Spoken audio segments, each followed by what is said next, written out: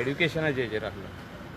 खुबशे MLAs येयल्ले आयज डायसिजन society of education हेचो secretary Father Jesus also came to meet CM along with me to ask about the same thing, when give the clarity when the examinations of SSC will be held, or whether looking at the previous marks you are going to pass the students and promote them to 11th standard. So this was the question to the Honorable Chief Minister. He said the decision will be taken on 3rd of May.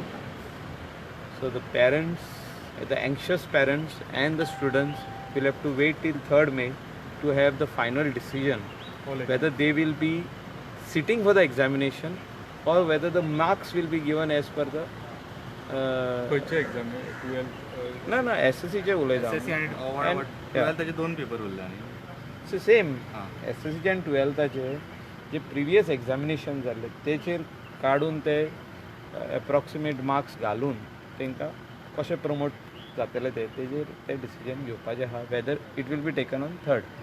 CM will address on 3rd what is the final decision.